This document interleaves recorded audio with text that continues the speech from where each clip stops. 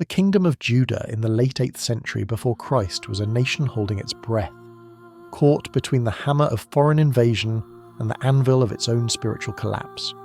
To the north, the great Assyrian war machine ground forward with terrifying efficiency, swallowing kingdoms whole, deporting entire populations, leaving nothing but scorched earth and scattered refugees in its wake. To the south, Egypt stirred with promises of alliance and military support, promises that would prove as insubstantial as morning mist. And in Jerusalem, the city of David, the Temple of Solomon stood dark and silent, its doors sealed shut by a king who had decided that the God of his fathers was no longer worth worshipping. That king was Ahaz, and his 16-year reign had been a masterclass in faithlessness. He had inherited a kingdom that, while imperfect, still maintained the forms of proper worship, still honoured the covenant that bound Judah to the Lord who had delivered them from Egypt. But Ahaz had looked at the ancient faith of his ancestors and found it wanting.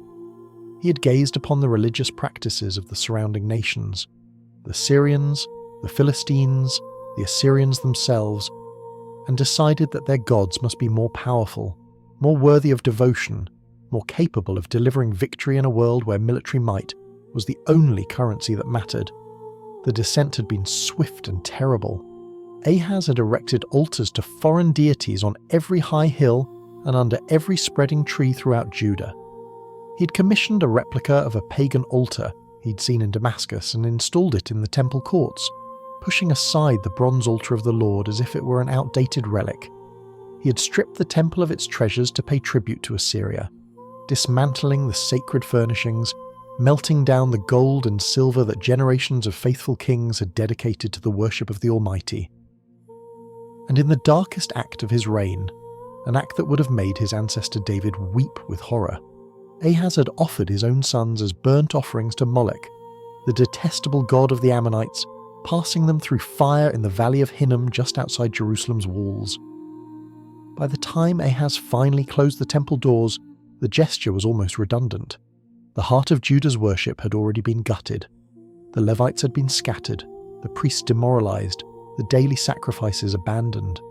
The house that Solomon had built with such care, that had once blazed with the glory of God's presence, now sat in darkness, its courtyards silent, its altars cold, its holy places accumulating the dust and debris of neglect.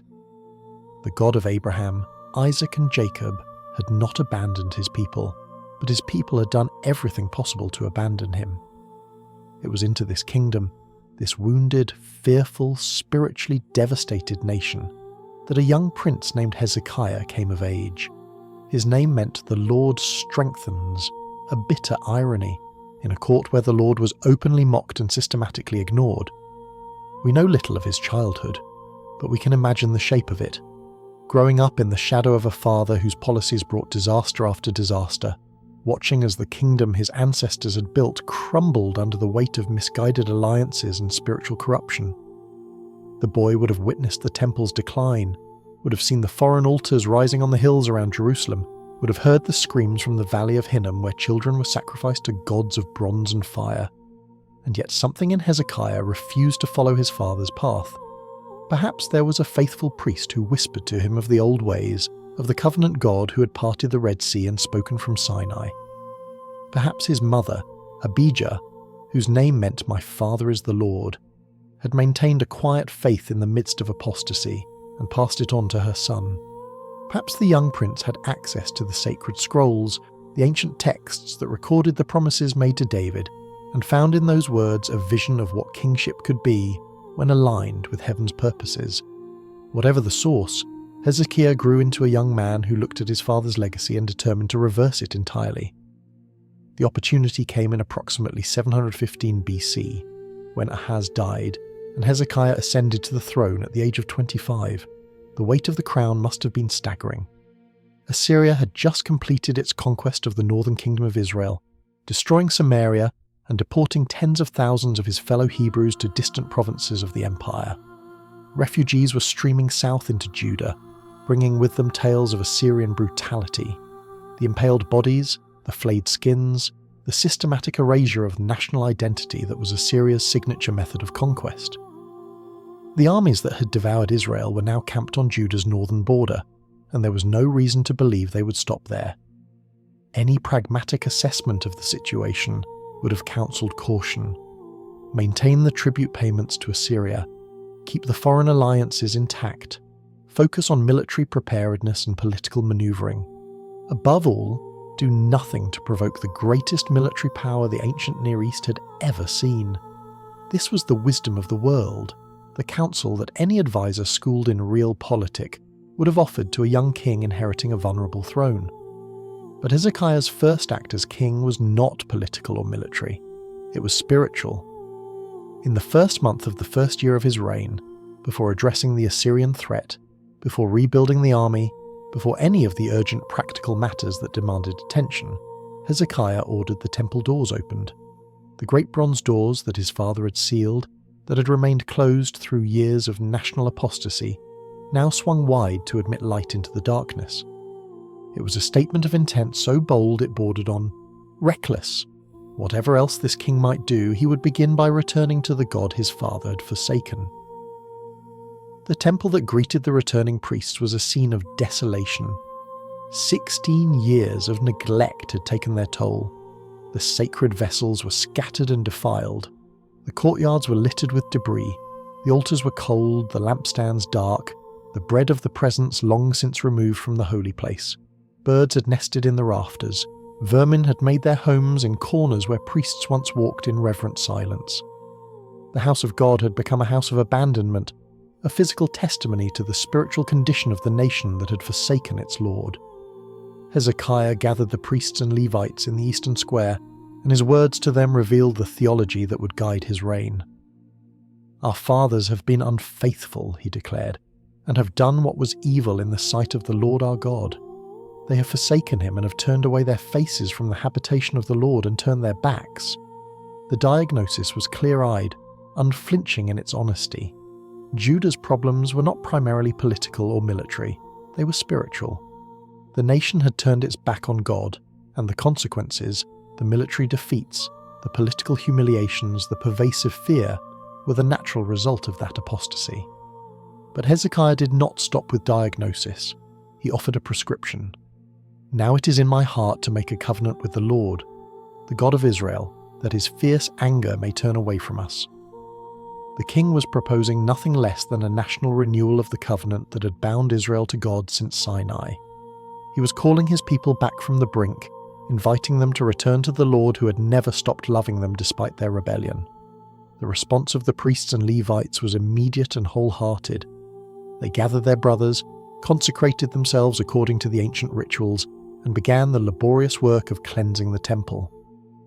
The task took 16 days, 8 days to reach the vestibule, another 8 to complete the work. They carried out everything unclean, every piece of debris, every defiled vessel, every remnant of the years of neglect. They scrubbed the altars and polished the lampstands and restored the sacred furniture to its proper place. The work was physical, exhausting, unglamorous. But it was also profoundly spiritual, a tangible expression of the nation's desire to return to its God. When the cleansing was complete, Hezekiah came to the temple with the officials of the city for a ceremony of rededication. They brought offerings, bulls and rams and lambs and goats, and the priests slaughtered them and splashed their blood on the altar, the first sacrifices offered in that place for 16 years. The Levites took up their positions with cymbals and harps and lyres, the instruments that David had designated for worship centuries earlier. And when the burnt offering began, the song to the Lord began also, accompanied by trumpets and the instruments of David. The whole assembly worshipped, the singers sang, and the trumpeters sounded, all this until the burnt offering was finished. The scene was one of overwhelming emotion. Here was a nation that had wandered far from its spiritual home, now finding its way back. Here were priests who had been scattered and demoralized, now restored to their sacred calling. Here was a temple that had sat in darkness, now blazing again with the fire of sacrifice and the sound of praise. And here was a young king, just 25 years old, who had wagered everything on the conviction that Judah's only hope lay not in political alliances or military preparations but in returning to the Lord. When the offerings were complete, Hezekiah commanded the Levites to sing praises to the Lord with the words of David and Asaph the seer. They sang with gladness, and they bowed down and worshipped. Then the king invited all who were present to bring sacrifices and thank offerings, and they came in such numbers that the priest could not keep up with the work of skinning all the burnt offerings. The Levites had to help them until the task was finished, for the Levites had been more diligent in consecrating themselves than the priests had been. The abundance was remarkable, not just in the quantity of offerings, but in the spirit behind them. After years of spiritual famine, years of closed doors and cold altars, the people of Judah were hungry for God in a way they had not been before. The drought had created a thirst that now poured out in extravagant worship. The text notes simply but powerfully, "So the service of the house of the Lord was restored. What Ahaz had destroyed, Hezekiah had rebuilt. What darkness had claimed, light had reclaimed. The temple doors were open, the fires were burning, the songs were rising, and the God of Israel was being worshipped again in Jerusalem." But Hezekiah understood that the restoration of the temple was only the beginning. The spiritual sickness that had infected Judah ran deeper than one building, one city, one set of rituals. The entire nation had been corrupted by 16 years of apostasy, and the healing would require more than a single ceremony of rededication. The high places still dotted the hills of Judah, altars to foreign gods that drew worship away from the temple. The bronze serpent that Moses had made in the wilderness, a sacred relic that had become an object of idolatrous veneration, still received offerings from people who had confused the symbol with the God it was meant to represent. The work of reformation had only just begun. The young king who had opened the temple doors would spend the coming years systematically dismantling the infrastructure of idolatry that his father had built. He would tear down the high places, smash the sacred pillars, cut down the Asherah poles, break in pieces the bronze serpent that the people called Nehushtan. He would send messengers throughout Judah and even into the territory of the fallen northern kingdom, inviting all who remained faithful to come to Jerusalem for a Passover celebration, unlike any that had been held for generations. He would rebuild not just the physical structures of worship, but the spiritual identity of a people who had forgotten who they were and whose they were. But all of that lay ahead. On this day, in the first year of his reign, Hezekiah had taken the first step. The temple doors were open, the sacrifices were burning, the songs were rising, and a young king stood in the courts of the Lord, his heart turned toward heaven, determined to lead his wounded nation back into the light. Outside the walls of Jerusalem, the Assyrian threat still loomed. The political situation remained precarious, the military balance still tilted heavily against tiny Judah. Nothing had changed in the external circumstances that made the kingdom so vulnerable. But something had changed internally, something that would prove more decisive than armies or alliances, more powerful than chariots or cavalry. A king had chosen to trust in the Lord rather than in the arm of flesh. A nation had begun to remember its covenant identity. And the God who had seemed silent during the years of apostasy was about to demonstrate that he had been watching all along, waiting for a heart that would turn to him, ready to act on behalf of those who trusted in his name. The Reformation of Judah had begun, and the king who led it was about to discover just how faithful his God could be. The reopening of the temple had been a beginning, but Hezekiah understood that true reformation required more than a single dramatic gesture. The spiritual corruption that had taken root during his father's reign had spread like a cancer throughout the land, and cutting it out would require sustained effort, unflinching courage, and a willingness to challenge practices that had become deeply embedded in the national consciousness. The young king was about to embark on the most comprehensive religious reform Judah had seen since the days of Solomon, a systematic dismantling of idolatry and a wholehearted return to the covenant that had defined Israel's identity since Sinai. He began with the high places.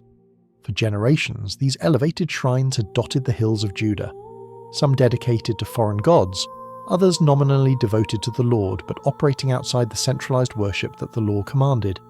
Even good kings before Hezekiah had left the high places standing, tolerating them as a concession to popular piety, unwilling to risk the backlash that would come from dismantling sites where families had worshipped for generations. But Hezekiah saw what his predecessors had failed to see. that divided worship was no worship at all, that a nation could not serve both the Lord and the Baals, that the high places were not harmless expressions of folk, religion but active competitors for the allegiance that belonged to God alone. The demolition crews went out across the land, armed with royal authority and divine mandate. They toppled the sacred pillars, those stone monuments that represented male deities in Canaanite religion.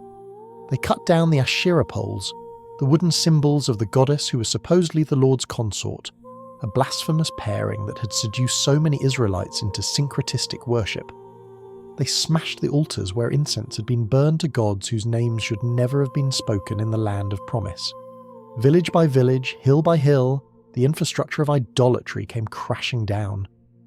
But Hezekiah's most audacious act of iconoclasm targeted not a foreign deity, but a sacred Israelite relic. In the wilderness, centuries earlier, the Lord had commanded Moses to fashion a bronze serpent and lift it up on a pole so that any Israelite bitten by the venomous snakes plaguing the camp could look at it and live. The bronze serpent had been a means of grace, a divinely appointed instrument of healing, a foreshadowing of the salvation that would one day come through another figure lifted up on a pole. But over the centuries, the people had begun to worship the serpent itself, burning incense to it, treating it as an object of veneration rather than a symbol pointing beyond itself to God. They had even given it a name, Nehushtan, the bronze thing. Hezekiah looked at this ancient relic, this artifact from the days of Moses himself, and made a decision that would have been unthinkable to kings less committed to the purity of worship. He ordered it destroyed. The bronze serpent that had once saved lives in the wilderness was broken into pieces because it had become a snare, an idol, a substitute for the living God it was meant to represent. The king understood a principle that many religious leaders miss, that even good things can become obstacles to faith when they take the place that belongs to God alone. Nothing was sacred enough to be spared if it had become an impediment to true worship. The physical destruction of idolatrous sites was accompanied by a positive program of spiritual renewal. Hezekiah did not merely tear down, he also built up.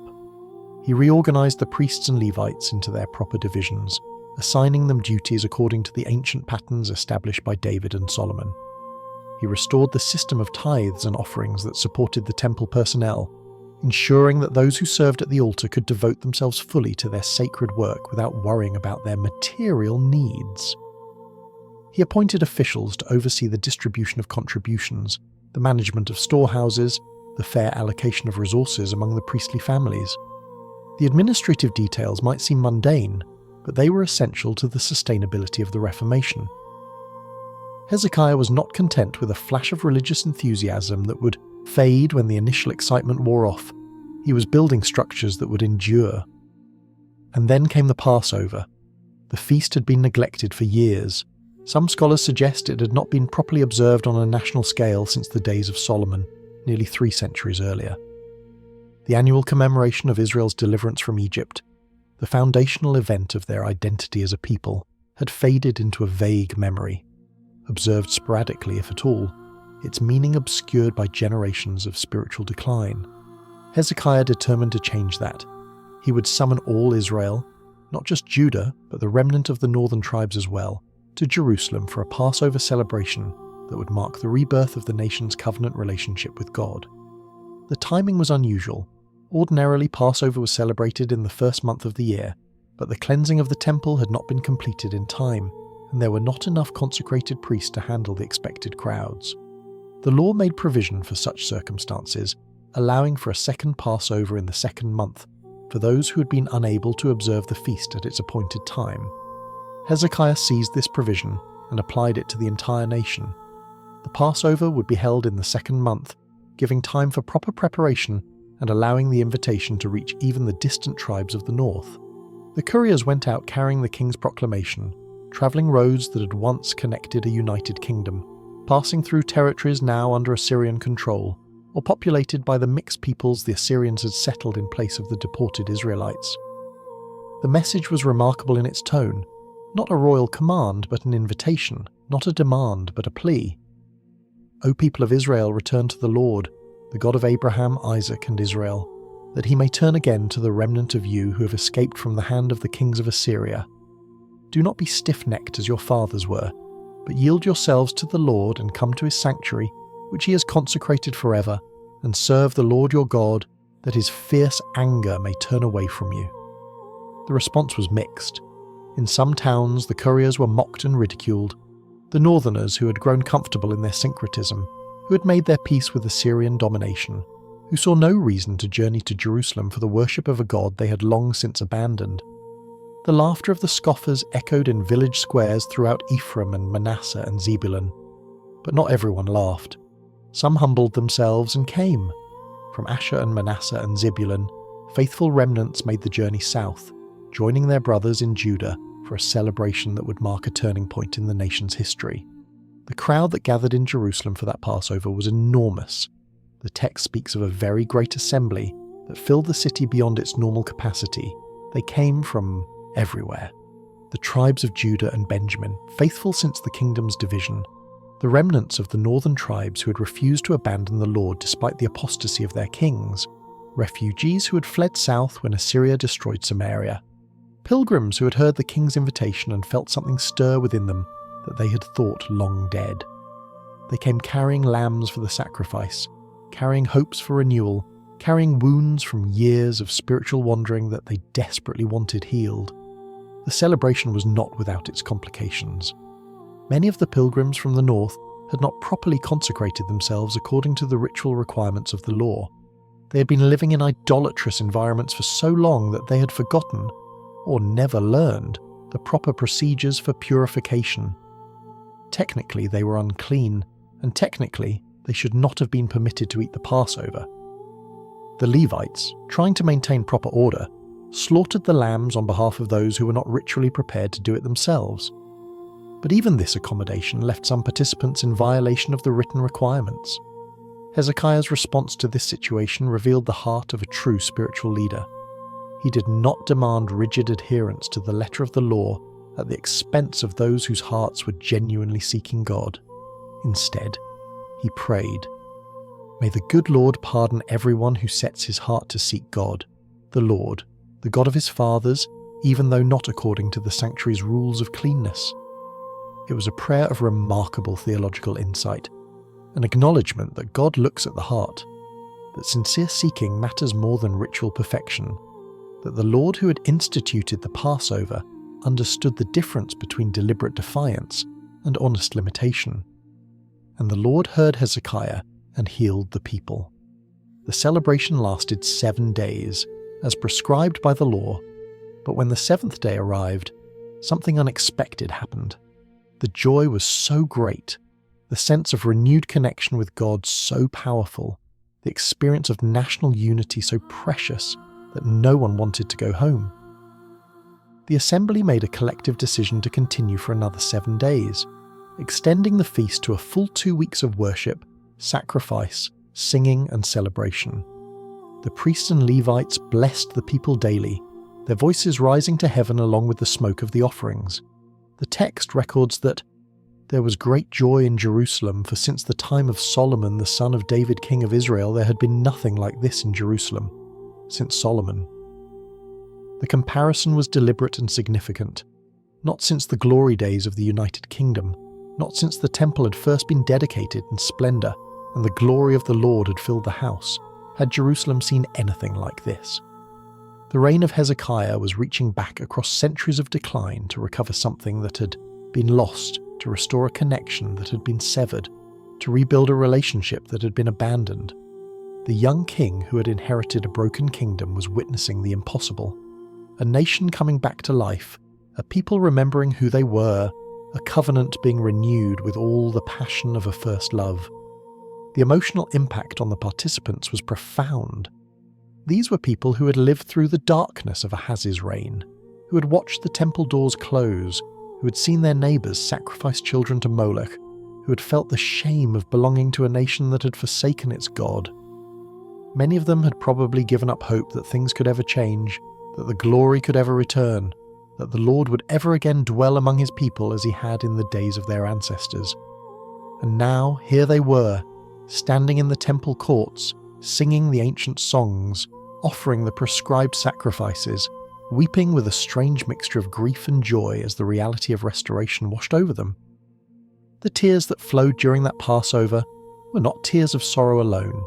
They were tears of homecoming, of prodigal children returning to a father who had never stopped loving them. They were tears of relief, of finally laying down the burden of guilt and alienation that they had carried for so long. They were tears of wonder, of discovering that the God they had abandoned had not abandoned them, that his mercy was greater than their sin, that his patience had outlasted their rebellion. The drought was over. The exile was ending. The people of God were coming home. Hezekiah watched it all with the quiet satisfaction of a leader whose vision was being realized. He had not accomplished this through political maneuvering or military strength, the tools his father had relied upon, and that had failed so spectacularly. He had accomplished it through faith, through obedience, through the simple decision to trust that the Lord would honor a heart that sought him. The contrast with Ahaz could not have been more stark. Where Ahaz had sought alliances with foreign powers and adopted foreign gods, Hezekiah had sought alliance with the Lord alone. Where Ahaz had closed the temple and extinguished the fires of worship, Hezekiah had opened the doors and rekindled the flame. Where Ahaz had led the nation into darkness, Hezekiah was leading them into light. The Reformation continued after the Passover crowds dispersed.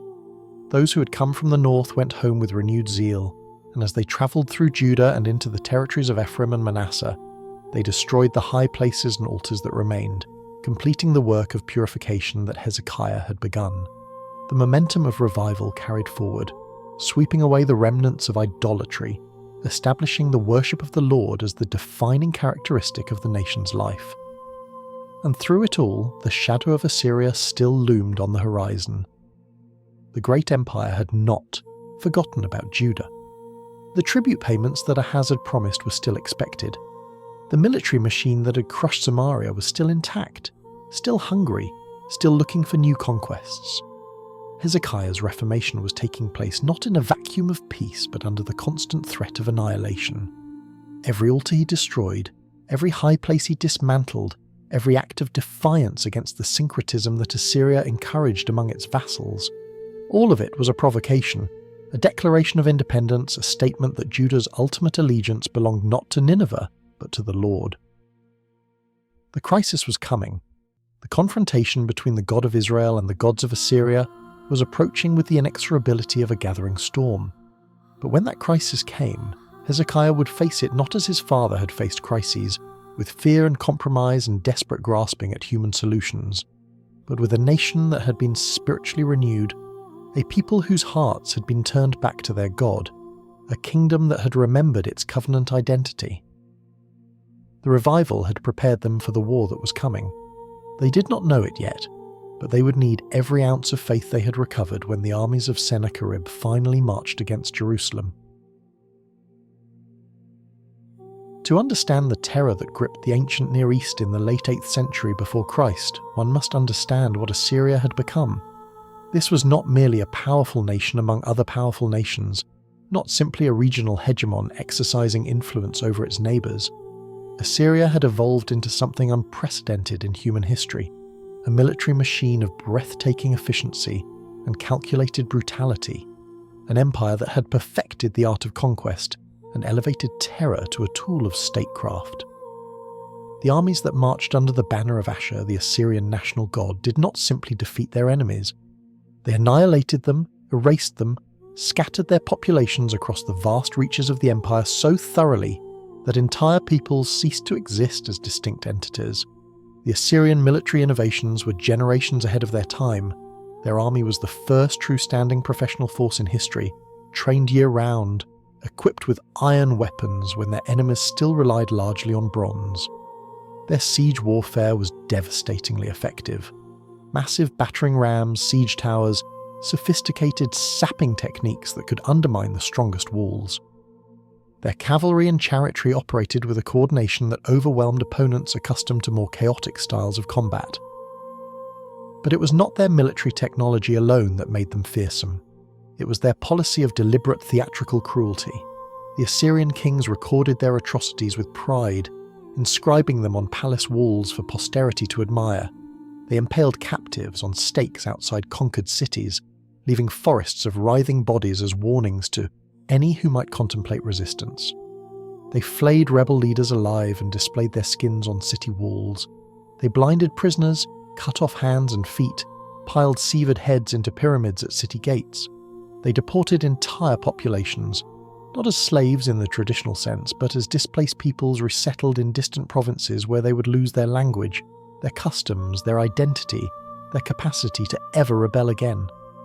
This was not mere barbarism, it was policy, carefully calibrated to break the will of potential enemies before a single battle was fought. Hezekiah had grown up watching this empire devour the world around him. In 734 BC, when he was still a young prince, Assyria under Tiglath-Pileser III had swept through Syria and into the northern reaches of Israel, annexing territory and deporting populations. His own father Ahaz had responded to this threat by voluntarily submitting to Assyria, stripping the temple to pay tribute, adopting Assyrian religious practices in a desperate attempt to curry favour with the unstoppable power. It had not saved Judah from fear, it had only delayed the reckoning while corrupting the nation's soul. Then came the fall of Samaria. In 722 BC, after a 3-year siege, the Assyrian army under Shalmaneser V and his successor Sargon II finally breached the walls of the northern kingdom's capital. What followed was the end of Israel as a distinct nation. 27,000 people, the cream of Israelite society, the skilled workers and educated elites, were marched away to distant provinces of the empire, settled in cities whose names would have meant nothing to them, absorbed into populations they had never known. In their place, the Assyrians brought foreigners from Babylon and Cutha and other conquered territories, peoples who brought their own gods and customs, who intermarried with the remaining Israelites to produce the mixed population that later generations would call Samaritans. The 10 northern tribes of Israel effectively ceased to exist. The kingdom that had once rivaled Judah in power and prestige, the nation that had produced prophets like Elijah and Elisha, the people who traced their ancestry to the same patriarchs and worshipped, at least nominally, the same God, had been erased from history by the Assyrian policy of deportation and resettlement. The survivors who fled south brought with them stories of horror that spread through Judah like wildfire. Refugees described the siege, the famine, the desperate last days when parents ate their own children to survive. They spoke of the deportation march, the hundreds of miles walked in chains, the families separated never to reunite, the old and weak who collapsed by the roadside and were left for the vultures. Hezekiah inherited a kingdom that existed in the shadow of this catastrophe. The border of Assyrian-controlled territory now lay just miles north of Jerusalem. The tribute payments continued, a constant drain on Judah's resources and a perpetual reminder of the nation's subordinate status. Every year, envoys from Nineveh came to collect the silver and gold that kept the Assyrian army pointed elsewhere, that purchased another 12 months of precarious survival. And every year the question haunted the councils of Jerusalem: how long would tribute be enough? When would Assyria decide that tiny Judah was more valuable as a conquered province than as a tribute-paying vassal? The young king faced an agonizing strategic dilemma. Remaining loyal to Assyria meant continued survival, but also continued subjugation, continued payments that impoverished his people, continued acknowledgement of Assyrian supremacy that contradicted everything his reformation stood for. The religious syncretism that Assyria encouraged, the placement of Assyrian religious symbols in vassal temples, the acknowledgement of Assyrian gods alongside local deities, was precisely what Hezekiah had spent his reign dismantling. Every altar he destroyed, every idol he smashed, was an implicit rejection of Assyrian cultural hegemony. How long before Nineveh noticed and demanded an accounting? But the alternative to Assyrian loyalty was rebellion, and rebellion meant war. War against the most powerful military force the world had ever seen. War that had destroyed every kingdom foolish enough to attempt it. War that would bring the horrors of Samaria to the streets of Jerusalem. The mathematics of military power offered no comfort. Judah's army was a fraction of Assyria's size. Its walls, while strong, had been breached before and could be breached again. Its geographical position offered few natural defences against an invader approaching from the north. On paper, rebellion was suicide, and yet there was Egypt. The ancient kingdom of the Nile, that other great civilization of the ancient world, had been watching Assyria's expansion with growing alarm. Egyptian pharaohs had their own ambitions in the Levant, their own interest in maintaining a buffer of independent states between themselves and the Assyrian Colossus. Egyptian diplomats whispered promises in the courts of vassal kings throughout Syria and Palestine. Promises of military support, promises of alliance, promises that together the smaller kingdoms could throw off Assyrian domination and restore the balance of power that had existed before Nineveh's rise to supremacy. The temptation was powerful. Egypt had chariots, thousands of them, the finest in the world. Egypt had wealth and population and the prestige of millennia of civilization. If Egypt truly committed to opposing Assyria, if the pharaoh's armies marched north while Judah and its neighbours rose in revolt, perhaps the unthinkable might become possible. Perhaps the Assyrian yoke could be broken. Perhaps freedom could be won. Hezekiah listened to the Egyptian envoys. He weighed their promises against the risks of rebellion. He consulted with his advisors, some of whom urged the Egyptian alliance, others of whom counselled continued submission to Assyria. And through it all, he heard another voice, the voice of the prophet Isaiah, who had been speaking the word of the Lord in Jerusalem since the days of Hezekiah's grandfather Uzziah. Isaiah's message was unequivocal. Trust neither Assyria nor Egypt, but the Lord alone. Woe to those who go down to Egypt for help, the prophet thundered, and rely on horses, and trust in chariots because they are many, and in horsemen because they are very strong, but do not look to the Holy One of Israel or consult the Lord. Egypt's promises were worthless, Isaiah declared. The Egyptians were men and not God, their horses flesh and not spirit. When the Lord stretched out his hand, both the helper and the helped would fall together. Judah's only security lay not in foreign alliances, but in quiet trust, in returning and rest, in the conviction that the God who had delivered Israel from Egypt could deliver them from Assyria as well. It was counsel that cut against every instinct of political realism. It demanded a kind of faith that seemed reckless in the face of existential threat. And yet Hezekiah had built his entire reign on precisely this kind of faith. The conviction that spiritual faithfulness mattered more than military calculus, that the God of Israel was not merely a tribal deity, but the Lord of history who could topple empires and deliver his people from impossible situations. The Reformation had been an act of faith, now that faith would be tested as it had never been tested before. The exact sequence of events leading to the final confrontation is debated by historians, but the broad outlines are clear. At some point in the years following his great Passover, Hezekiah made the fateful decision to stop paying tribute to Assyria. Perhaps he was emboldened by the death of Sargon II in 705 BC and the succession crisis that briefly destabilized the empire. Perhaps he was encouraged by promises from Egypt or by a coalition of other small states planning coordinated rebellion. Perhaps he simply reached a point where his faith in God's deliverance overcame his fear of Assyrian retaliation. Whatever the immediate trigger, the die was cast. Judah was in open revolt against the greatest military power on earth. Hezekiah did not rely on faith alone, he also prepared.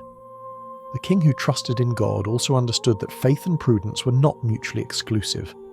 He fortified Jerusalem's defences, strengthening walls that had stood since David's time, adding new towers and reinforcements at vulnerable points. He reorganized his military, stockpiled weapons, trained soldiers for the siege warfare that was certainly coming. He secured alliances with neighbouring states, Philistine cities, Phoenician ports, anyone willing to stand against the Assyrian tide. But his most remarkable preparation was hidden beneath the streets of Jerusalem itself. The city's water supply had always been its Achilles' heel. The Gihon Spring, Jerusalem's primary source of fresh water, lay outside the walls in the Kidron Valley, accessible in peacetime but indefensible during a siege.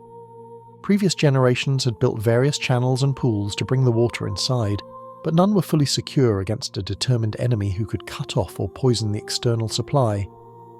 Hezekiah conceived a solution of breathtaking ambition, a tunnel carved through 1,850 feet of solid rock, bringing the water from the Gihon Spring to a pool inside the city walls. The engineering challenge was immense. 2 teams of workers began at opposite ends, cutting through the limestone bedrock with hand tools, following the sound of each other's picks through the darkness, adjusting their courses until they met somewhere in the middle. The tunnel winds and curves, evidence of the difficulties they faced in maintaining direction underground, but they succeeded.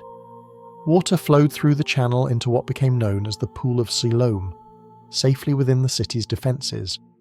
An inscription discovered in the tunnel in 1880 records the moment of breakthrough, when the workers heard each other's voices through the remaining rock and broke through to clasp hands.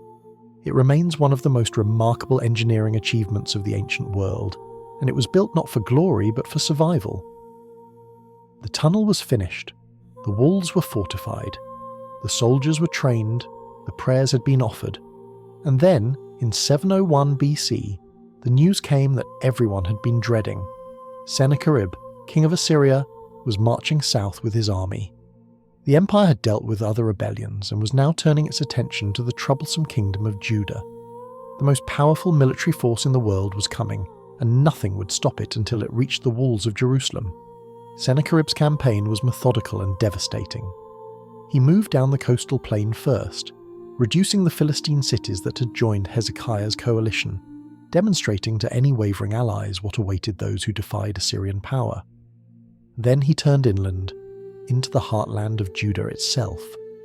The fortified cities fell one by one. Lachish, Judah's second most important city, besieged and conquered in a brutal assault that Sennacherib later commemorated in detailed reliefs on his palace walls. The carvings show Assyrian soldiers scaling walls, defenders falling beneath battering rams, the population marching into exile, the city burning. 46 fortified cities the Assyrian records boasted, along with countless smaller towns, all conquered, all plundered, all emptied of their populations. The noose was tightening around Jerusalem. Refugees streamed into the capital from the fallen cities, bringing fresh tales of Assyrian atrocities, swelling the population, stretching the food and water supplies that would need to last through a siege of unknown duration. The smoke from burning towns was visible on the horizon. The sound of the approaching army, the tramp of feet, the rattle of chariot wheels, the bellowing of officers, grew louder with each passing day. Hezekiah had gambled everything on his faith in God's deliverance. Now, as the Assyrian host surrounded his city and prepared to add Jerusalem to the list of conquered capitals, that faith would either be vindicated or exposed as fatal delusion. The tunnel was complete, the water secure, the walls as strong as they could be made. But against the army that had destroyed Samaria and Lachish, and 44 other fortified cities, human preparations could only do so much. The king who had reopened the temple doors now waited behind Jerusalem's gates, watching the greatest army on earth take up positions around his city. The God who had accepted his sacrifices and heard his prayers was about to be put to the ultimate test. Either he would deliver his people from Sennacherib, or Judah would follow Israel into oblivion. The stage was set, the armies were in place, and the confrontation between the God of Israel and the might of Assyria was about to begin. The Assyrian delegation arrived at the walls of Jerusalem with all the pomp and arrogance of an empire accustomed to victory. Sennacherib himself remained at Lachish, supervising the final reduction of that city, but he had sent his most senior officials to deliver an ultimatum to the stubborn king who still refused to surrender. 3 men approached the walls: the Tartan, the supreme commander of the Assyrian army, the Rabsaris, the chief eunuch who served as a high court official, and the Rabshakeh, the chief cupbearer who functioned as the king's personal spokesman. These were not minor functionaries dispatched to negotiate with a defeated enemy. These were the inner circle of Assyrian power, sent to deliver a message that Sennacherib expected would end the siege before it properly began. Hezekiah sent out his own delegation to meet them: Eliakim the palace administrator, Shebna the secretary, and Joah the recorder. They met at a location laden with symbolic significance: the conduit of the upper pool on the highway to the washer's field. This was the very spot where, years earlier, the prophet Isaiah had confronted Hezekiah's father Ahaz during another crisis, urging him to trust in God rather than Assyrian alliance. Ahaz had refused that counsel and set Judah on the path that had led to this moment. Now his son's representatives stood in the same place, facing the consequences of that ancient faithlessness, and the test of whether Hezekiah's faith would prove stronger than his father's fear. The Rabshakeh spoke first, and his words were calculated to inflict maximum psychological damage. This was not merely a military commander delivering terms of surrender. This was a master of propaganda executing a carefully planned assault on the morale of Jerusalem's defenders. He spoke loudly, in Hebrew rather than Aramaic, ensuring that the soldiers manning the walls could hear every word. The choice of language was deliberate and devastating. Aramaic was the diplomatic tongue of the ancient Near East, the language in which international negotiations were conducted. By speaking in Hebrew, the Rabshakeh was bypassing the official delegation entirely, addressing his message directly to the common people of Jerusalem, undermining their confidence, sowing seeds of doubt and despair. "Say to Hezekiah," the Rabshakeh began, his voice carrying across the space between the delegations, "Thus says the great king, the king of Assyria, on what do you rest this trust of yours?" The question cut to the heart of the matter. Hezekiah had rebelled against Assyria, had stopped paying tribute, had fortified his city and prepared for war. On what basis? What possible foundation could support such reckless defiance? The Rabshakeh proceeded to systematically dismantle every potential source of Judean confidence. Military strategy? Do you think that mere words are strategy and power for war? Egypt? Behold, you are trusting in Egypt, that broken reed of a staff, which will pierce the hand of any man who leans on it. Such is Pharaoh king of Egypt to all who trust in him. The Rabshakeh knew about the Egyptian alliance, knew that Hezekiah had been counting on Pharaoh's chariots to turn the tide. He dismissed the hope with contempt. Egypt was a broken reed, lean on it, and it would not only fail to support you, but would drive splinters into your palm. The imagery was vivid, memorable, designed to linger in the minds of those who heard it. And then came the most audacious assault of all, an attack not on Hezekiah's military calculations but on his religious reforms. "But if you say to me, 'We trust in the Lord our God,' is it not he whose high places and altars Hezekiah has removed, saying to Judah and to Jerusalem, 'You shall worship before this altar in Jerusalem'?" The accusation was breathtaking in its cunning. The Rabshakeh was claiming that Hezekiah had actually offended the God of Israel by destroying the high places, that the king's reformation had been an act of sacrilege rather than piety. To Assyrian thinking, and to many in the ancient world who believed that the more altars dedicated to a god, the better pleased that God would be, Hezekiah's centralization of worship in Jerusalem looked like an insult to the deity. The Rabshakeh was trying to convince the people that their own God was angry with their king, that the very reforms they had celebrated were actually the cause of their current predicament. It was theological warfare of the most sophisticated kind.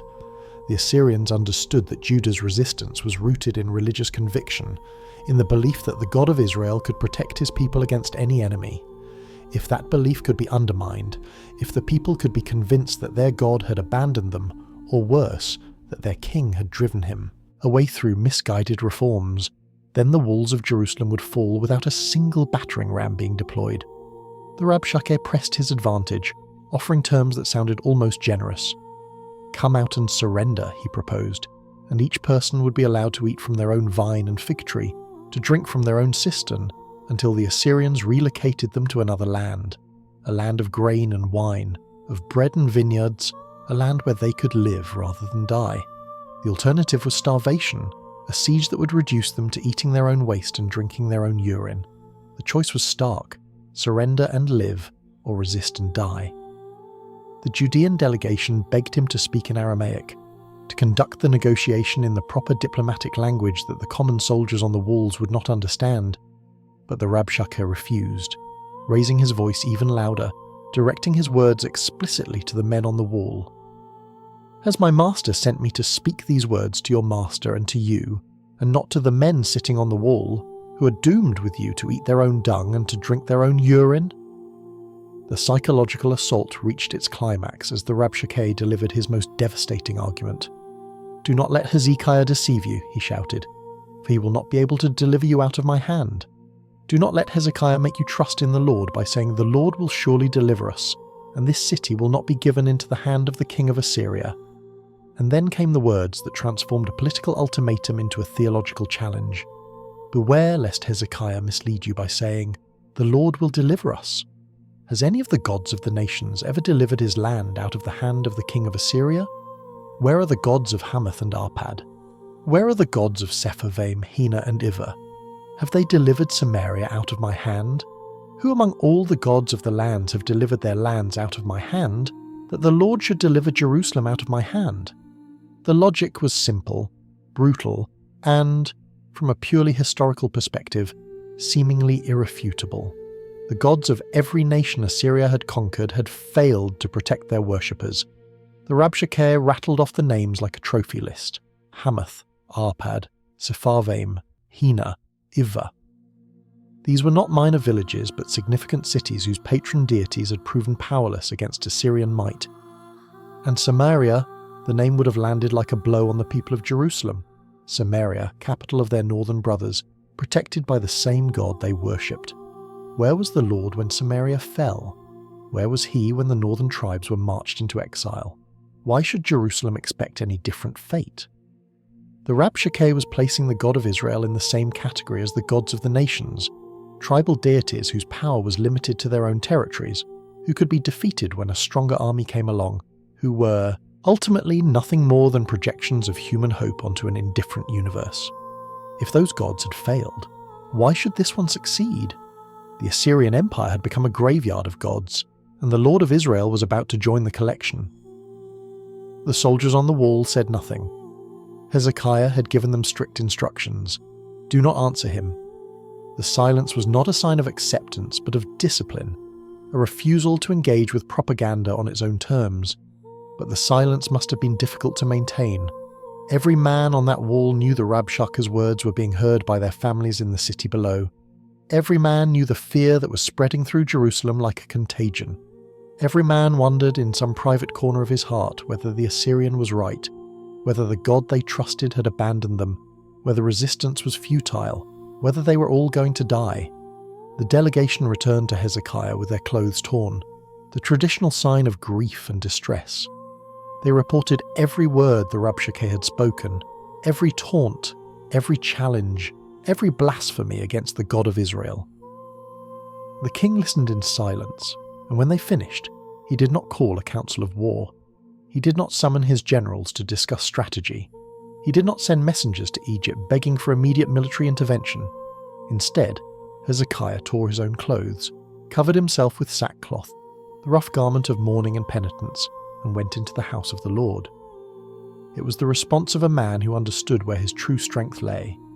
The Assyrians had the largest army in the world.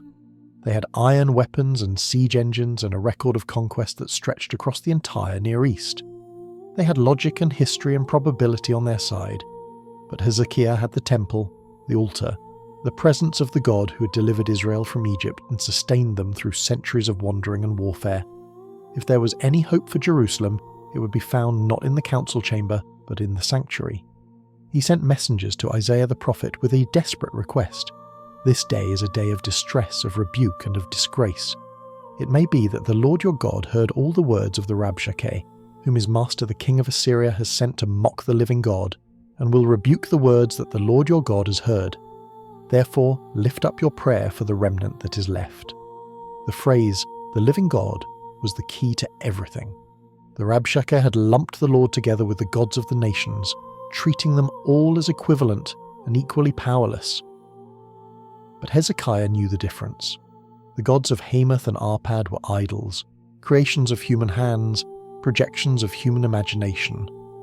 The God of Israel was the living God, the creator of heaven and earth, the one who had spoken from Sinai and parted the Red Sea, the one whose name was I Am, whose existence did not depend on human belief or national boundaries.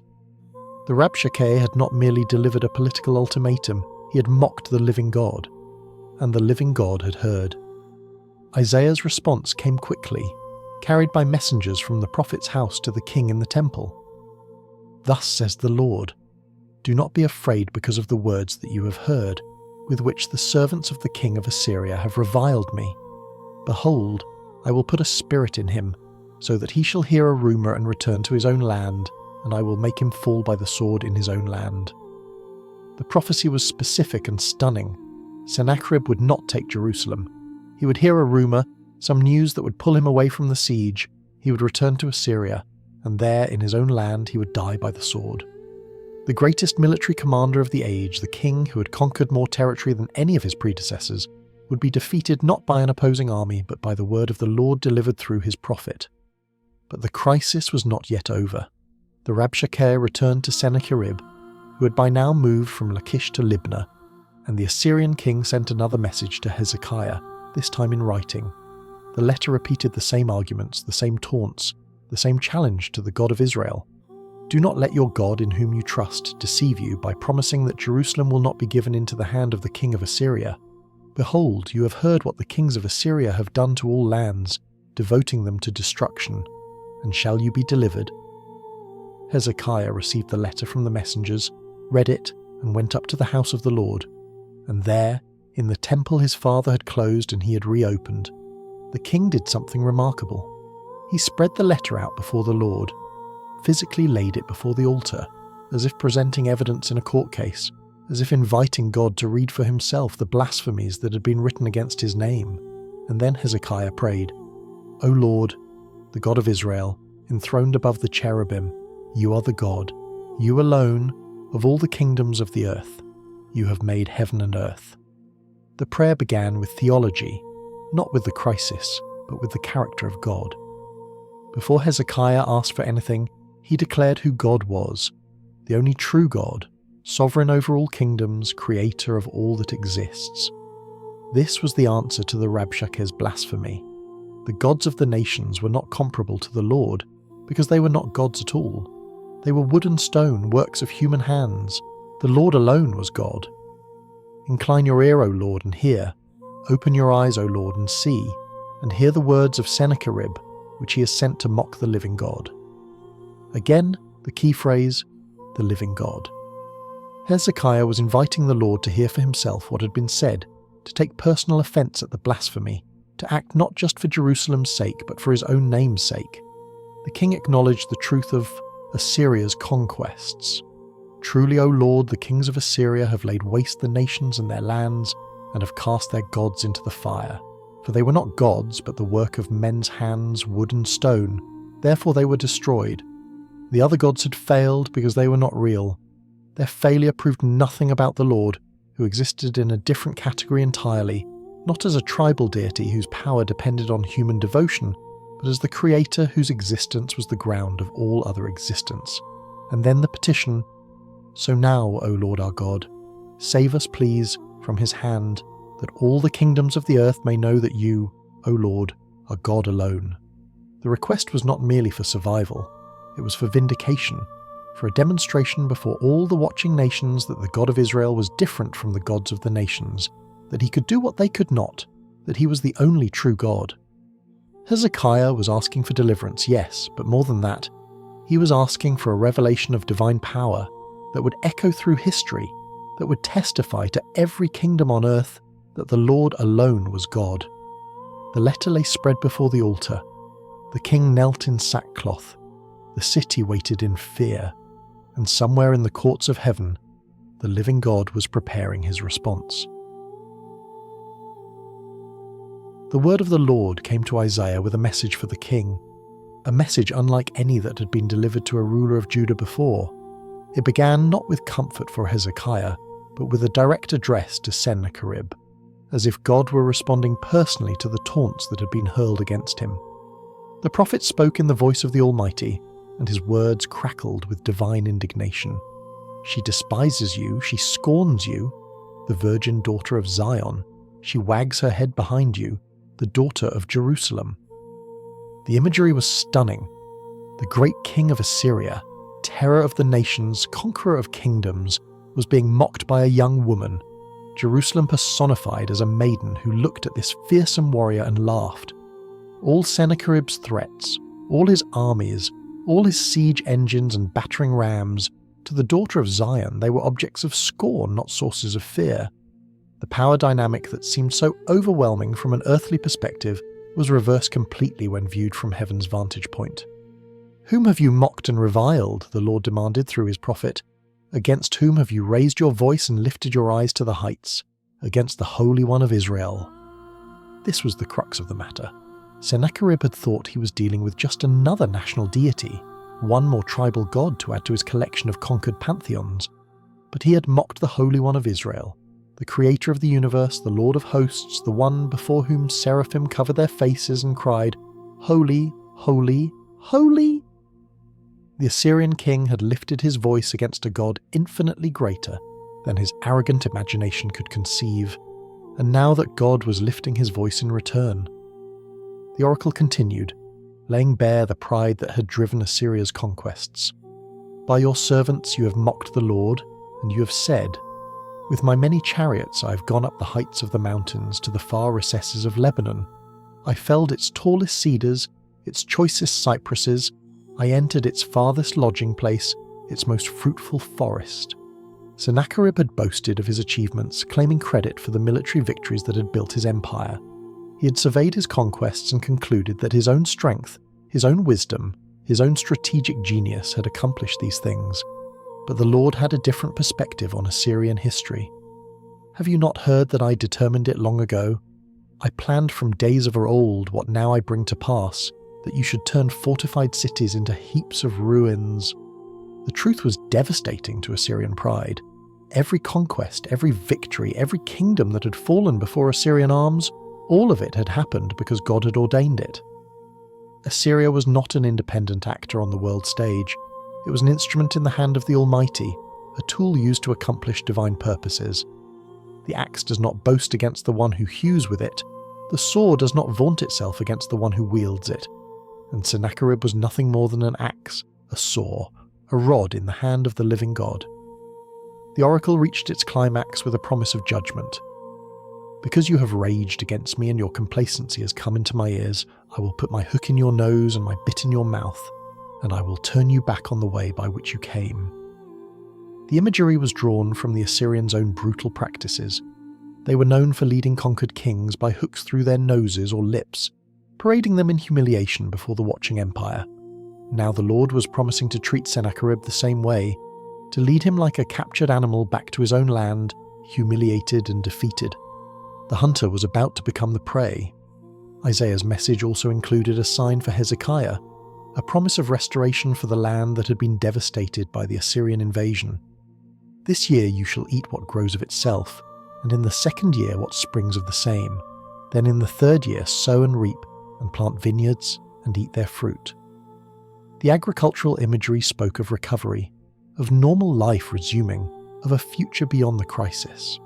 The people would eat from the land again, the vineyards would produce again, life would continue, Judah would survive, and then the definitive promise regarding Jerusalem itself. "Therefore thus says the Lord concerning the king of Assyria, he shall not come into this city or shoot an arrow there, or come before it with a shield or cast up a siege mound against it. By the way that he came, by the same he shall return, and he shall not come into this city, declares the Lord. For I will defend this city to save it, for my own sake and for the sake of my servant David." The words hung in the air with absolute finality. He shall not come into this city, the greatest army in the world, the siege warfare experts who had broken every wall they had attacked, the conquerors who had reduced 46 of Judah's cities to rubble. They would not breach Jerusalem's gates. They would not shoot a single arrow over her walls. They would not even build a siege ramp. The city would be defended, saved, preserved. Not because of anything Jerusalem had done to deserve it, but for God's own sake and for the sake of his covenant with David. Night fell over Jerusalem and the surrounding Assyrian encampment. The fires of the besieging army dotted the darkness like earthbound stars, thousands of cooking fires marking the positions of tens of thousands of soldiers. The army that had conquered the known world settled into the routine of siege warfare. Sentries posted, watches changed, officers making rounds, the whole vast mechanism of military occupation functioning with practiced efficiency. Tomorrow, perhaps, or the day after, the final assault would begin. The battering rams would roll forward, the siege towers would advance, Jerusalem would fall as every city had fallen before them. Inside the walls, the people of Jerusalem tried to sleep, though sleep came hard to those who had heard the Rabshakeh's words, who had seen the endless ranks of Assyrian soldiers, who knew that only a miracle could save them now. Some prayed through the night, their voices rising in the darkness toward a God they hoped was listening. Others lay awake in fear, imagining what the morning might bring: the breaching of walls, the slaughter that would follow, the long march into exile that had claimed their northern brothers. Children clung to their parents, the elderly remembered better times. The soldiers on the walls watched the Assyrian fires and counted the hours until dawn. Hezekiah had done everything he could. He had fortified the walls, he had secured the water supply, he had rallied his people and led them in worship, he had prayed the most important prayer of his life. Now there was nothing left to do but wait and trust and see whether the God he had served since assuming the throne would prove faithful in this ultimate hour of need. And then the angel of the Lord went out. The text of Scripture describes it with terrifying economy. And that night, the angel of the Lord went out and struck down 185,000 in the camp of the Assyrians, and when people arose early in the morning, behold, these were all dead bodies. 185,000 soldiers. The number is almost incomprehensible, larger than many modern armies, representing an incalculable investment of military resources and human life. They had gone to sleep as the conquerors of the world, confident in their invincibility, certain that tomorrow or the next day would see another city added to their list of conquests. They never woke up. What happened in that Assyrian camp during the hours of darkness remains one of the great mysteries of ancient history. The biblical text attributes the destruction to the angel of the Lord, the same figure who had passed through Egypt on the night of the first Passover, who had stood with drawn sword outside Jericho, who appeared at crucial moments throughout Israel's history as the executor of divine judgment. Some scholars have speculated about natural explanations. A plague, perhaps, carried by the mice that ancient sources mention in connection with this event, or some form of mass poisoning. The Greek historian Herodotus recorded an Egyptian version of the story in which field mice gnawed through the Assyrian bowstrings and shield straps, rendering the army helpless. But the people of Jerusalem, waking that morning to a silence where there should have been the sounds of siege preparation, had no interest in naturalistic explanations. They climbed the walls at first light and looked out on a field of death, tent after tent standing empty, cooking fires burned to cold ash, and bodies everywhere, an army of corpses where a living army had camped the night before, the soldiers who had shouted threats at them, the officers who had demanded surrender, the war machine that had seemed so unstoppable. All of it lay still and silent under the rising sun. The wailing must have begun in the surviving portions of the Assyrian camp even before dawn fully broke, officers discovering that half their units had been wiped out, servants finding their masters dead in their tents, the survivors stumbling through a landscape of death, trying to comprehend a catastrophe that defied all military logic. There had been no attack, no battle, no enemy force that had infiltrated the camp. Death had simply descended in the night, silent and selective and absolutely devastating. Sennacherib himself survived, whether by providence or position, the text does not say. But the king who had boasted of his invincibility, who had mocked the God of Israel, who had sent letter after letter demanding surrender, now faced a reality that no amount of propaganda could explain away. His army had been destroyed without a fight. His siege had been broken without a battle. The city he had sworn to conquer stood untouched behind its walls, while his soldiers lay dead in their thousands. The Assyrian records, understandably, do not mention this disaster. No king inscribes his defeats on palace walls, but the records do show something remarkable. After cataloguing his victories in Judah, after boasting of the 46 cities he had conquered, Sennacherib says only that he shut up Hezekiah in Jerusalem like a bird in a cage. Conspicuously absent is any claim to have actually taken the city. The greatest military commander of his age had marched against Jerusalem with an overwhelming force and had failed to conquer it. The bird in the cage had somehow remained in the cage unmolested while the hunter slunk away in defeat. Sennacherib departed from Jerusalem and returned to Nineveh, just as Isaiah had prophesied. He never campaigned in Judah again. The tribute he had extracted, the towns he had devastated, the prisoners he had taken, all of it counted for nothing against the central failure of his campaign. Jerusalem stood. The temple remained. The Davidic king still sat on his throne. The God of Israel had proven himself the living God, the one who could do what the gods of the nations could not, the one who defended his people when they trusted in him. The celebration in Jerusalem must have been overwhelming. The gates swung open. People streamed out to confirm with their own eyes what the watchmen on the walls had reported. They walked among the Assyrian dead, scarcely able to believe what they were seeing. The tents yielded plunder, weapons, provisions, treasures that the soldiers would never need again. The siege engines stood abandoned, their operators among the fallen. The entire apparatus of Assyrian might lay broken and useless on the fields around Jerusalem. And then came the worship.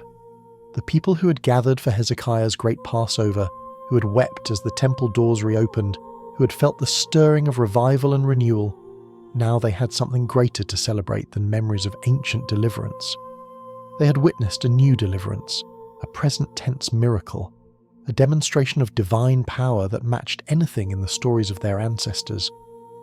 The God who had drowned Pharaoh's army in the Red Sea had destroyed Sennacherib's army in a single night. The Lord who had brought down the walls of Jericho had defended the walls of Jerusalem without a single stone being dislodged. The theological implications were profound and would echo through the centuries of Jewish and Christian reflection. The Rabshakeh had asked, "Who among all the gods of the lands have delivered their lands out of my hand, that the Lord should deliver Jerusalem out of my hand?" Now the answer was clear, written in the bodies of 185,000 Assyrian soldiers. The Lord had delivered Jerusalem. The gods of the nations had failed because they were not real. The God of Israel had succeeded because he was the living God, the only God, the creator of heaven and earth. Hezekiah had trusted in the Lord, and the Lord had vindicated that trust in spectacular fashion. The king who had reopened the temple, who had restored the Passover, who had torn down the high places and smashed the bronze serpent, he had been proven right. His faith had not been naive optimism or wishful thinking. It had been grounded in the character of a God who keeps his promises, who hears the prayers of his people, who defends those who put their trust in him. The Reformation that had seemed so fragile, so vulnerable to the overwhelming power of Assyria, now stood on unshakable foundations. The people had seen with their own eyes that the Lord was God. They had experienced firsthand what happened when a nation trusted in him, rather than in horses and chariots and foreign alliances. The lesson would be remembered for generations, not by might nor by power, but by the Spirit of the Lord. Sennacherib returned to Nineveh, to his palace, to his throne. 20 years later, while worshipping in the temple of his god Nisroch, he was assassinated by 2 of his own sons, struck down by the sword just as Isaiah had prophesied. The king who had mocked the living God died at the hands of his own children, in the temple of a God who could not protect him. The prophecy was fulfilled to the letter. The word of the Lord, spoken through Isaiah to Hezekiah, had proven true in every detail. And Jerusalem stood, a testimony to all the kingdoms of the earth that the Lord alone was God. The exact chronology of what happened next has been debated by scholars for centuries. The biblical text places the account of Hezekiah's illness after the Assyrian crisis, but internal evidence suggests it may have occurred earlier, perhaps during the siege itself, or in the anxious years leading up to it. The phrase, "in those days," with which the narrative begins is deliberately vague, leaving the precise timing uncertain. What is not uncertain is the devastating nature of the news that reached the king. He was going to die. Hezekiah fell ill with a condition the text describes simply as a boil or inflammation, perhaps an abscess, perhaps some form of infection that in the ancient world, without antibiotics or modern medical intervention, would have been a death sentence. The king who had faced down the Assyrian Empire, who had watched 185,000 enemy soldiers die in a single night, who had stood firm when the greatest military power on earth threatened to erase his kingdom. This same king now lay on his bed, watching his strength ebb away, feeling the heat of fever and the spreading poison of disease, knowing that no army could fight this enemy, no wall could keep out this invader. And then Isaiah came with a message from the Lord. The prophet who had delivered such encouraging words during the Assyrian crisis now spoke words that offered no comfort at all. "Thus says the Lord, set your house in order, for you shall die, you shall not recover." The sentence was absolute, final. delivered with the same prophetic authority that had promised Sennacherib's defeat. There was no perhaps in Isaiah's message, no qualification, no suggestion that the outcome might be different if Hezekiah prayed hard enough or sacrificed more diligently. The Lord had spoken. The king would die. Isaiah delivered his message and departed, leaving Hezekiah alone with the weight of his mortality. The king was approximately 39 years old, still in the prime of life by ancient standards, with years of productive reign potentially ahead of him. He had no son old enough to assume the throne. Manasseh, his eventual successor, was either not yet born or still a young child. The reformation he had worked so hard to establish was still fragile, still dependent on his personal leadership, still vulnerable to reversal if a less faithful king came to power. Everything he had built, everything he had accomplished, everything he had hoped to achieve, all of it would be cut short by this illness that was consuming his body. Hezekiah turned his face to the wall. The gesture was laden with meaning. He was turning away from the world, away from the courtiers and servants who would have been present in a king's chamber, away from every distraction that might interrupt the most important conversation of his life. He was turning toward privacy, toward solitude, toward the kind of raw encounter with God that could only happen when all pretense was stripped away and a man faced his maker with nothing but his need. And Hezekiah wept. The tears of a dying man are different from other tears. They carry the weight of everything that will be left undone, every goodbye that will go unspoken, every sunrise that will be missed. Hezekiah wept bitterly. The Hebrew suggests loud, unrestrained weeping, the kind of grief that cannot be hidden or controlled. This was not the dignified sorrow of a king maintaining composure for the sake of his subjects. This was the raw, desperate anguish of a human being who did not want to die. Through his tears, Hezekiah prayed, "O Lord, please remember how I have walked before you in faithfulness and with a whole heart, and have done what is good in your sight." The prayer was not a claim to sinless perfection. Hezekiah knew his own failures as well as anyone. But it was an appeal to the genuine devotion that had characterized his reign, to the reforms he had undertaken, to the faith he had demonstrated when facing impossible odds. He had walked before God with a whole heart. He had done what was good. Surely that counted for something. Surely the Lord would remember. The prayer was not sophisticated theology. It was the cry of a man who wanted to live, who felt that his work was not yet finished, who believed that his faithfulness ought to matter to the God he had served. There was something almost childlike about it. The appeal of a son to a father, the plea of someone who had tried so hard to please, and now asked to be rewarded not with gold or glory, but simply with more time. Isaiah had barely left the palace complex, had not even reached the middle court, the text specifies, when the word of the Lord came to him again. The message he had just delivered, the sentence of death he had just pronounced, was about to be revised. "Turn back," God told the prophet, "and say to Hezekiah, the leader of my people, 'Thus says the Lord, the God of David your father, I have heard your prayer, I have seen your tears. I have heard your prayer, I have seen your tears." The words revealed something profound about the character of God. He was not distant, not indifferent, not unmoved by human suffering. The tears that Hezekiah wept in his chamber had been observed by the one who counts the hairs on every head and notes the fall of every sparrow. The prayer that rose from a sick man's bed had reached the throne room of heaven and moved the heart of the Almighty. God had heard, God had seen, and God had changed his declared intention. The new message was extraordinary. "Behold, I will heal you. On the third day you shall go up to the house of the Lord, and I will add 15 years to your life." 15 years. The specificity was remarkable. Not many years or a long time, but precisely 15 additional years, measured and numbered and granted as a gift from the God who holds all time in his hands. The king who had been told to set his house in order, because death was imminent, now learned that he would have another decade and a half to live, to reign, to continue the work he had begun. The sentence had been commuted. The death warrant had been torn up. The Lord who had declared one thing was now declaring something entirely different, and both declarations came with the full authority of divine pronouncement. But God did not stop with the promise of healing. he added a word about the larger situation that had been weighing on Judah throughout this period. "I will deliver you and this city out of the hand of the king of Assyria, and I will defend this city for my own sake and for my servant David's sake."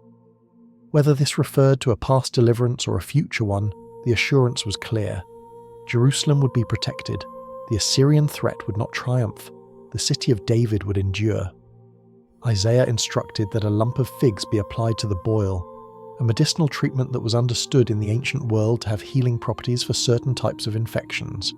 The combination of natural remedy and divine intervention was characteristic of how God often works, not scorning human means, but employing them within the larger framework of his sovereign purpose. The figs were applied, and Hezekiah began to recover. But the king wanted more than a promise. He wanted a sign, some visible confirmation that the healing would indeed occur, some tangible evidence that the word of the Lord through Isaiah would prove true.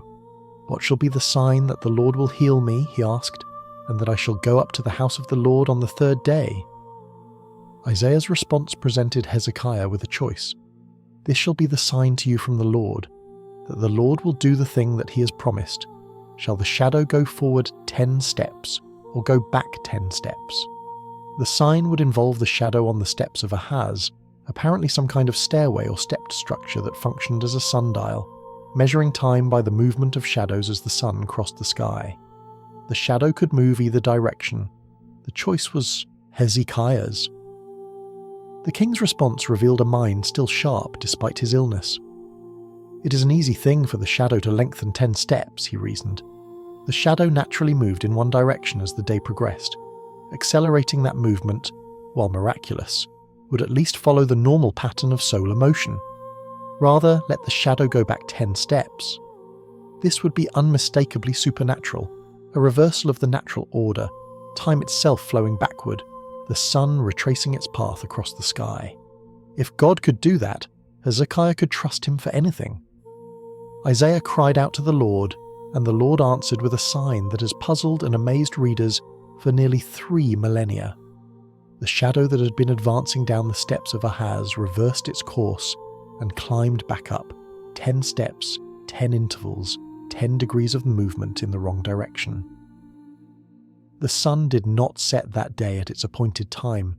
The natural order was suspended, reversed, overruled by the word of the Lord spoken through his prophet. What exactly happened astronomically has been the subject of endless speculation.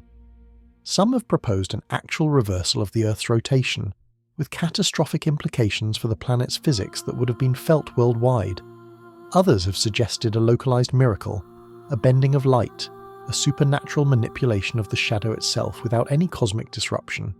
Still others have proposed atmospheric phenomena, refractions, optical illusions produced by the unusual conditions. The text does not explain the mechanism, it simply records the result. The shadow went back. Time, in some sense, reversed. The sign was given. For Hezekiah, lying on his sickbed, watching the shadow climb impossibly upward on the steps outside his window, the meaning was clear. The God who could reverse the movement of the sun could certainly reverse the sentence of death. The Lord who controlled the heavens controlled his illness as well. The promise of 15 more years was as certain as the shadow climbing those steps. Supernatural, inexplicable by natural means, utterly dependent on the power of God. The king recovered. Within 3 days, as Isaiah had promised, he was well enough to go up to the house of the Lord.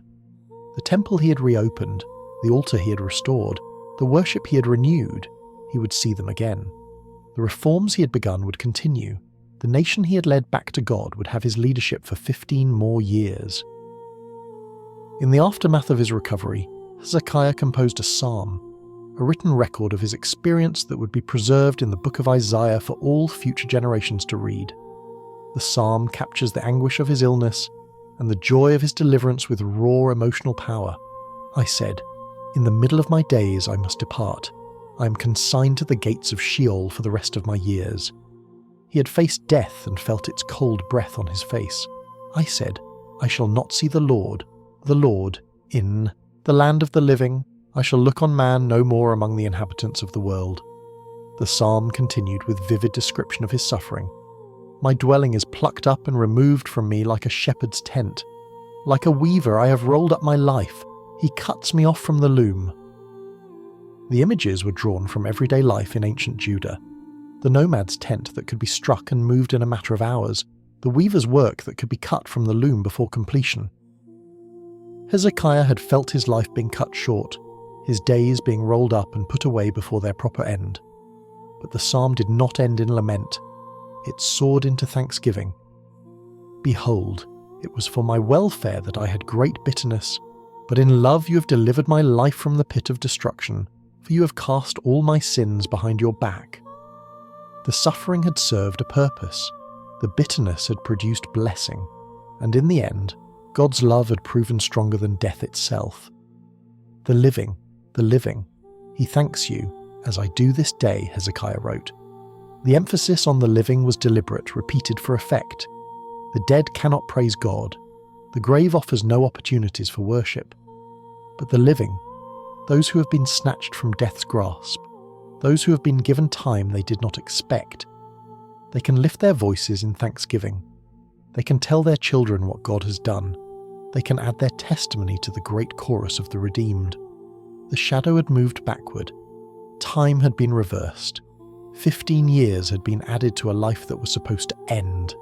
And somewhere in Jerusalem, a king who had turned his face to the wall in despair now turned his face to heaven in praise, grateful for every sunrise that he had been given no right to expect. The 15 years that followed Hezekiah's miraculous recovery were years of blessing, and years that revealed the complex humanity of even the most faithful servants of God. The king who had trusted the Lord against Assyria, who had wept before God in his illness, who had witnessed the shadow reverse its course on the steps of Ahaz. This same king would make decisions in his extended years that carried consequences far beyond his own lifetime. The gift of additional time, like all gifts, came with responsibilities that Hezekiah did not always discharge with the wisdom that had characterized his earlier reign. The trouble began with envoys from a distant land. Word of Hezekiah's miraculous recovery had spread beyond the borders of Judah, carried by travelers and traders along the ancient networks of communication that connected the civilizations of the Near East. In Babylon, then a rising power still technically subject to Assyria, but already dreaming of independence and empire, a king named Merodach-Baladan took notice.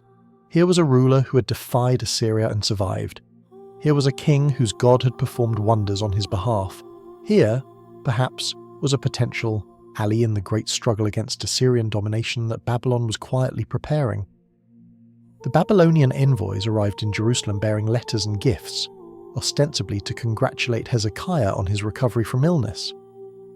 The diplomatic courtesy was genuine enough, but behind it lay political calculation. Babylon was probing, assessing, building relationships with any power that might prove useful when the inevitable conflict with Assyria came. The visit was reconnaissance dressed in the clothing of friendship. Hezekiah received the envoys with enthusiasm that bordered on naivety. Perhaps he was flattered by the attention from such a distant and prestigious kingdom. Perhaps he saw in Babylon a potential counterweight to Assyrian power, a future ally who might help secure Judah's independence. Perhaps he was simply proud of what he had accomplished, and eager to display his achievements to appreciative visitors. Whatever the motivation, the king made a decision that would prove catastrophic. He showed the Babylonians everything. There was nothing in his house or in all his realm that Hezekiah did not show them. The text emphasizes the completeness of his disclosure. The treasury, with its silver and gold accumulated over generations, the armory, with its weapons and military equipment, the storehouses of spices and precious oils, every asset, every resource, every source of wealth and power that Judah possessed. Hezekiah laid it all before the Babylonian eyes. He was showing off, essentially, displaying his kingdom's prosperity to visitors who took careful mental notes of everything they saw. Isaiah came to the king with questions that carried an edge of prophetic disapproval. What did these men say, and from where did they come to you? Hezekiah answered honestly enough. They had come from Babylon, from a far country. What have they seen in your house? Isaiah pressed. And Hezekiah's answer revealed the full extent of his indiscretion. They have seen all that is in my house. There is nothing in my storehouses that I did not show them. the prophet's response was devastating. "Hear the word of the Lord. Behold, the days are coming, when all that is in your house, and that which your fathers have stored up till this day shall be carried to Babylon. Nothing shall be left, says the Lord, and some of your own sons who will come from you, whom you will father, shall be taken away, and they shall be eunuchs in the palace of the king of Babylon." The prophecy looked forward more than a century, to a time when Babylon would no longer be a distant well-wisher, but a conquering army at the gates of Jerusalem. Everything Hezekiah had shown off would be carried away as plunder. The treasures he had accumulated would fill Babylonian coffers. His own descendants, the royal line of David that he had worked so hard to preserve, would serve as castrated servants in a foreign palace. The pride of a moment would bear bitter fruit for generations. Hezekiah's response to this prophecy has troubled readers ever since. "The word of the Lord that you have spoken is good," he said, and then added, "For he thought, there will be peace and security in my days." Some have read this as callous selfishness, relief that the disaster would fall on future generations rather than on himself. Others have seen it as humble acceptance of divine judgment, an acknowledgement that the Lord's word was just even when it promised calamity. Perhaps it was both, a mixture of relief and resignation, the complex reaction of a man who had lived through so much crisis that the promise of peace in his own remaining years felt like mercy, even if that peace came at the cost of future suffering. The episode reveals a Hezekiah who was fully human, capable of both extraordinary faith and ordinary foolishness, a man who could face down the Assyrian army with unwavering trust in God and then fall prey to the subtle temptation of pride and political calculation. The same king who had spread Sennacherib's letter before the Lord in humility had spread his treasures before the Babylonians in vanity. The contrast is jarring, and it is meant to be. Scripture does not sanitize its heroes. It shows them as they were, vessels of clay carrying treasures of divine grace, capable of soaring heights and stumbling falls, never perfect but always held in the hands of a faithful God. The remaining years of Hezekiah's reign were marked by continued faithfulness to the reforms he had instituted. The temple remained open, the sacrifices continued, the high places stayed destroyed, the bronze serpent remained in pieces. Whatever failures marred his later years, Hezekiah did not abandon the fundamental commitment that had defined his kingship from its first days. He remained to the end a king whose heart was turned toward the Lord. He also became a man of remarkable cultural achievement. The text notes that he made or constructed many things during his reign: the tunnel that still bears his name, the fortifications that had defended Jerusalem, the infrastructure that had allowed the kingdom to function and flourish. Proverbs tells us that the men of Hezekiah copied and preserved ancient wisdom writings, ensuring that the words of Solomon would be transmitted to future generations. The king was not only a religious reformer and military leader, he was a patron of learning, a preserver of tradition, a builder whose works would outlast his reign by millennia. When Hezekiah finally died, after 29 years on the throne, the original 14 plus the 15 that God had added, he was buried with honours that reflected the esteem in which his people held him. They buried him in the upper part of the tombs of the sons of David, the chronicler records, and all Judah and the inhabitants of Jerusalem did him honour at his death. He had earned that honour through a reign that, for all its imperfections, had brought Judah back from brink of spiritual disaster and defended it against the greatest military threat of the age. The summary of his life in the Book of Kings captures the essence of his legacy. He trusted in the Lord, the God of Israel, so that there was none like him among all the kings of Judah after him, nor among those who were before him. For he held fast to the Lord. He did not depart from following him, but kept the commandments that the Lord commanded Moses, and the Lord was with him. Wherever he went out, he prospered. None like him, before or after.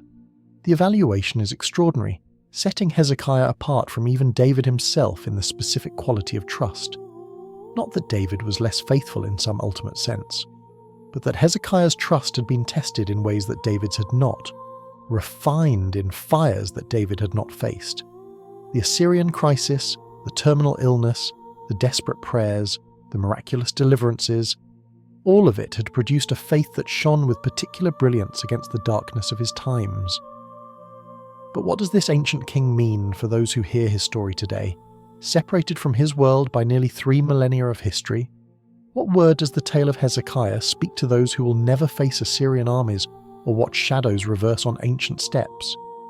The first word is this: God sees tears.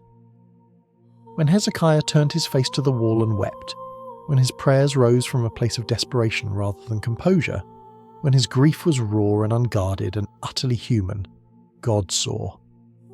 "I have seen your tears," the Lord said, and in those 4 words lies a universe of comfort. The creator of heaven and earth, the one who sustains galaxies and governs nations, notices when his children weep. No tear falls unseen, no grief goes unwitnessed. The God who seemed so occupied with cosmic concerns that he might overlook individual suffering proves to be a God who counts tears, who bottles them, who responds to them with compassion that reaches down from heaven to touch the face of a dying king. The second word is this: God hears prayers. Hezekiah prayed twice in the narrative, once for the deliverance of Jerusalem, once for the extension of his own life. Both times God answered. The answers were not generic blessings or vague reassurances. They were specific responses to specific requests, tailored to the precise needs that had been expressed. Prayer was not, for Hezekiah, a religious formality or a therapeutic exercise. It was genuine communication with a God who listened, who cared, who acted in response to what he heard. The same is true today. The God who heard Hezekiah's prayers still hears the prayers of those who call upon him, not because they are worthy, not because they pray with perfect faith, but because he is a God who delights in responding to his children. The third word is this: God can rewrite the story. Isaiah had declared that Hezekiah would die. The prophecy was delivered with the full authority of divine revelation, the word of the Lord spoken through his accredited messenger, and yet that word was changed. The story that seemed fixed and final was revised. 15 years were added where no years should have remained. The shadow went backward when shadows only go forward. God demonstrated that he is not bound even by his own declarations, that his mercy can override his pronouncements, that the story is never truly over until he says it is over. This does not mean that every prayer for healing will be answered with healing, or that every life will be extended when extension is requested. Hezekiah's experience was unique, tied to specific purposes in the unfolding of redemptive history. But the principle it reveals is universally true. God is sovereign over the narrative. He can write new chapters when we think the book is closing. He can reverse what seems irreversible. He can open doors that every human calculation has declared permanently shut. The God of backward shadows is still at work in the world, still capable of the unexpected, still free to surprise those who trust in him. Hezekiah's story also offers a word of warning alongside its words of comfort. The king who experienced such remarkable grace also made remarkable mistakes. The Babylonian Envoys episode reminds us that faithfulness in one area does not guarantee wisdom in all areas, that even those who have seen God's power can fall prey to pride, that the journey of faith is never finished as long as we draw breath. Hezekiah trusted God against Sennacherib, but trusted in his own treasures when Babylon came calling. The inconsistency is jarring and familiar. We are all capable of soaring faith and stumbling foolishness, often in bewildering proximity. But perhaps the deepest lesson of Hezekiah's life is found not in any single episode, but in the pattern that runs through all of them, the pattern of a God who works with imperfect people to accomplish his perfect purposes. Hezekiah was not sinless. His faith was not unwavering. His wisdom was not infallible. Yet God chose him, used him, blessed him, and through him preserved the line of David through which the Messiah would eventually come. The same God who showed mercy to Hezekiah's mixed record of faithfulness and failure shows mercy still to all who turn to him with genuine hearts, however faltering their steps might be. The 15 years that God added to Hezekiah's life were not wasted years, despite the mistake with Babylon. During those years, Manasseh was born, the son who would succeed Hezekiah and tragically reverse many of his reforms, but also the son who would eventually repent and turn back to God in his own later years. The line continued, the story went on, the purposes of God moved forward through human faithfulness and human failure alike. weaving both into a tapestry whose pattern would only become clear centuries later, when a baby was born in Bethlehem, in the city of David, in the land that Hezekiah had defended. And so the story of King Hezekiah ends, not with the backward shadow or the dead Assyrians or even the glorious Passover, but with a quiet death after a long reign, a body laid to rest in the tombs of the kings, a legacy passed to the next generation. He had trusted God. He had reformed worship. He had faced impossible odds and seen impossible deliverances. He had wept before the Lord and received more time than he deserved. He had been flawed and faithful, wise and foolish, a man after God's own heart who still bore the marks of human weakness. In other words, he was like us. And the God who met him, in the temple, on the sickbed, in the desperate midnight hours when Assyrian armies surrounded his city, is the same God who meets us still. He sees our tears, he hears our prayers, he can rewrite our stories, and he invites us, as he invited Hezekiah, to trust him with everything we have and everything we are. The shadow moved backward on the steps of Ahaz, and time itself bent to the will of the living God. That same God holds our times in his hands. Whatever shadows lengthen across our lives, whatever armies mass against us, whatever illnesses threaten to cut our stories short, he remains the one who can reverse what seems irreversible, who can add years and hope and purpose when all seems lost. The temple doors that Hezekiah opened stand open still. The God who defended Jerusalem defends his people still. The Lord who heard a king's desperate prayer hears the prayers of his children still. And the invitation echoes across the centuries. Trust in the Lord with all your heart. Turn your face to the wall if you must, and weep if you need to, and pour out your soul in prayer. For the God of Hezekiah is listening. He has heard your prayer. He has seen your tears. And he is able to do far more abundantly than all you could ask or imagine.